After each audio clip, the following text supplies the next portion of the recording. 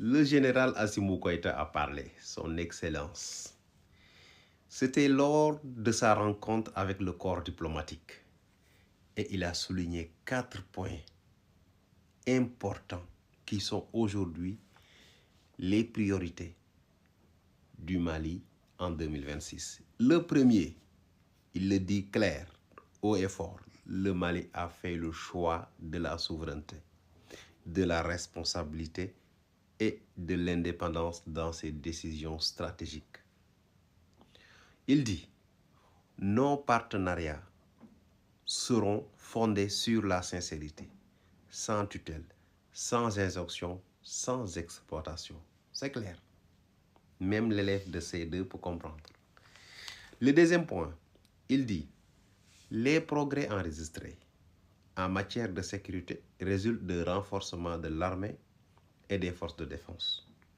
Il rajoute, nous répondons avec responsabilité, tact et discipline à une guerre asymétrique, difficile et parfois silencieuse. Ça, c'est le deuxième point. Et le troisième point, il dit, la confédération de l'Alliance des États du Sahel constitue une sécurité collective fondée sur la solidarité, la confiance et l'intégration. L'Alliance des États du Sahel, l'AIS, est une réponse sahélienne aux défis sahéliens. Une réponse sahélienne aux défis sahéliens. Pas de méthode importée.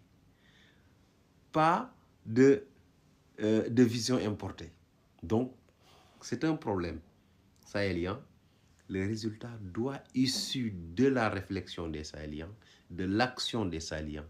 Et selon le président Assimi Goïta, c'est en cela que consiste l'alliance des États du Sahel.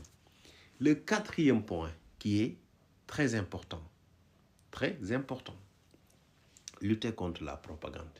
Et il dit, dans le domaine informationnel, le Mali s'oppose à la désinformation, aux tentatives de diviser ou bien aux tentatives de division de la société malienne.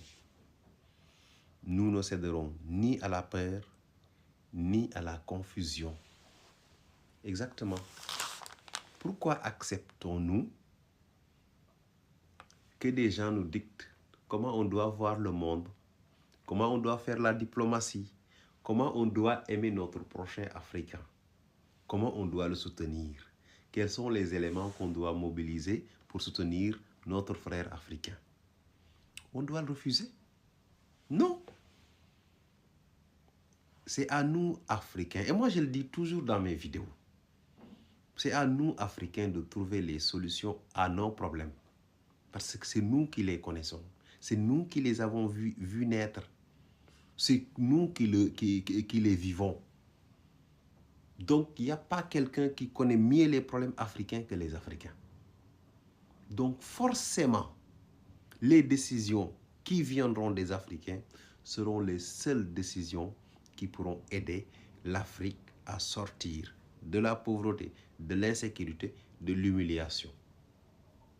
Oui, l'Afrique est torturée, bâillonnée, négligée, exploitée. Parce que tout simplement, l'Afrique n'aime pas s'appuyer sur elle-même pour trouver les solutions à ses problèmes. Oui. C'est ça la vérité. C'est pour cela que je tenais à expliquer ce petit texte de Assimi Goïta, qui est très important. Je vais même d'ailleurs le publier sur ma page Facebook Baol TV, parce que c'est un texte qui est extraordinaire.